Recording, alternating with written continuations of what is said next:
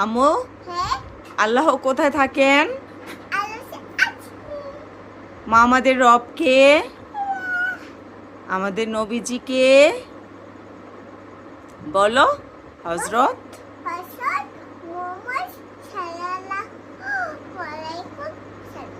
মাশাআল্লাহ। মা